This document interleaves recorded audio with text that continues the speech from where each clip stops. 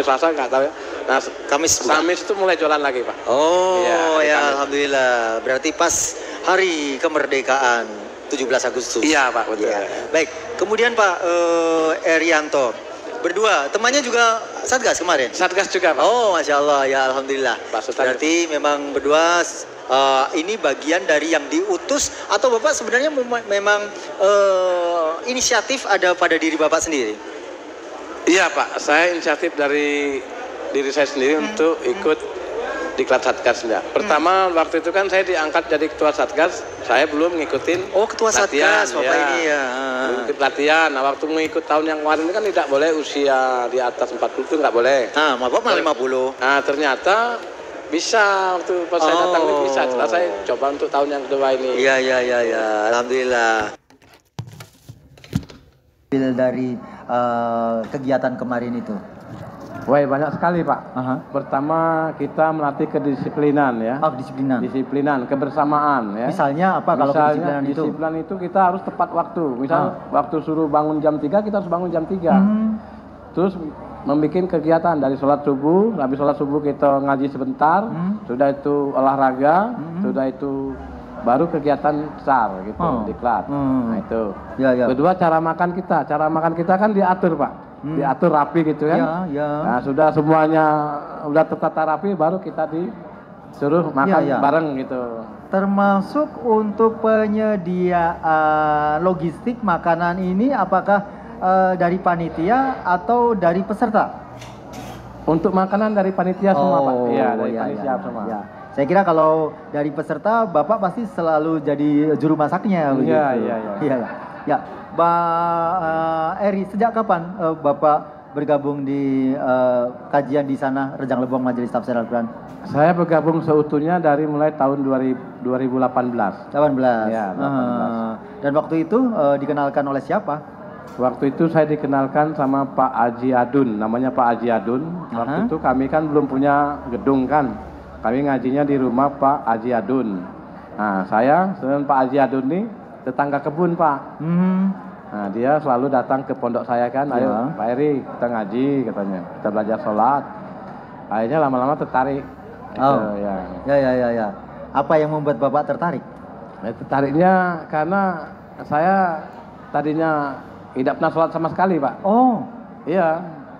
Ya. Sejak kapan Bapak mulai tidak sholat? Sejak lahir atau bagaimana? Ya, pokoknya semenjak usia saya lah masuk balik ya, sholat itu, ya sholat tuh. Ya kalau sholat cuma satu hari cuma sekali sama aja bukan ya kan? Nah, jadi sejak itu saya nggak sholat. Oh begitu. Nah, terus mulai sholat lagi sejak kapan? Dia begitu diajak Pak Adun ngaji, ngaji di Majelis Tafsir Al-Quran di gang guru-guru. Nah situ saya ketemu Pak Boymin, saya tanya akhirnya, ya kalau Islam harus sholat Pak katanya gitu. Akhirnya ya udah saya sholat ya kan. Gitu. Semula terpaksa kalau begitu sholatnya? Enggak, Pak. Oh tidak? Enggak. Apa yang membuat Bapak ini merasa bahwa di situ kesadaran atau bahwa sholat itu menjadi bagian dari kebutuhan hidup Bapak?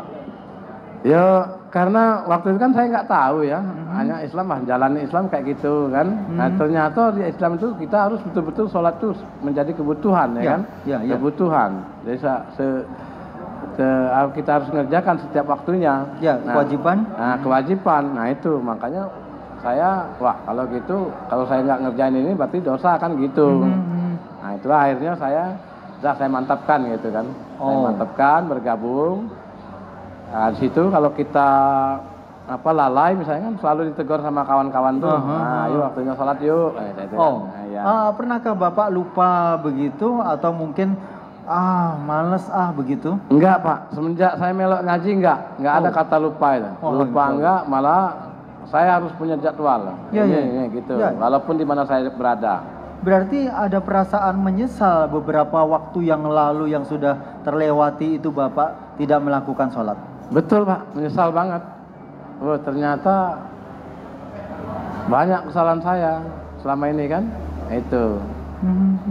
Tapi dan ketika waktu Bapak itu masih tidak sholat, apakah waktu itu Bapak sudah berkeluarga?